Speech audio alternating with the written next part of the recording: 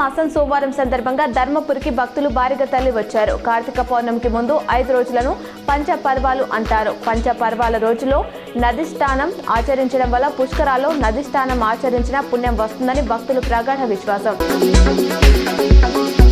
జిల్లా కలెక్టర్ గరిమా అగ్రవాల్ తో కలిసి పత్తి కొనుగోలు కేంద్రాన్ని ప్రారంభించిన ఆది శ్రీనివాస్ పత్తి నాణ్యతను పరిశీలించారు. ఈ సందర్భంగా ఆయన మాట్లాడుతూ రైతుకు రక్షణగా ఉండటమే తమ ప్రభుత్వ కర్తవ్యమని తెలిపారు. దేశంలో ఎక్కడ లేని విధంగా రైతును రారాజుగా చూడాలని ఏకకాలంలో రుణమాఫీ చేసి రైతులకు అండగా నిలబడిన అవకాశం కాంగ్రెస్ పార్టీకి దక్కిందన్నారు.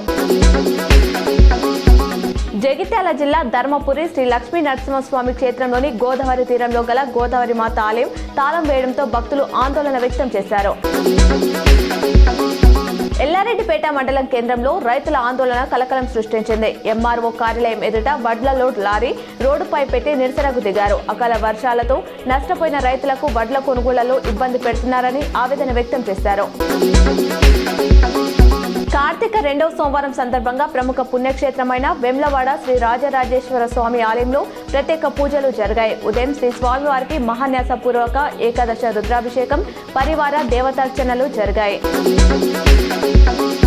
సిరిసిల్ల సుందరయ్య నగర్ సిక్కువాడకు చెందిన ముగ్గురు బురాని నర్సింగ్, రాజేష్ సింగ్, బురాని గోపాల్ సింగ్లు పెద్ద కత్తులు పట్టుకుని రోడ్డు మీదకి వచ్చి భయంకరంగా అరుస్తూ ఒకరిపై ఒకరు దాడి చేసుకోవడంతో పాటు ప్రజలను భయభ్రాంతులకు గురిచేశారని సిఐ కృష్ణ తెలిపారు. ప్రజాశాంతికి భంగం కలిగించిన ముగ్గురిని అరెస్ట్ చేసి రిమాండ్కు తరలించినట్లు ప్రకటించారు.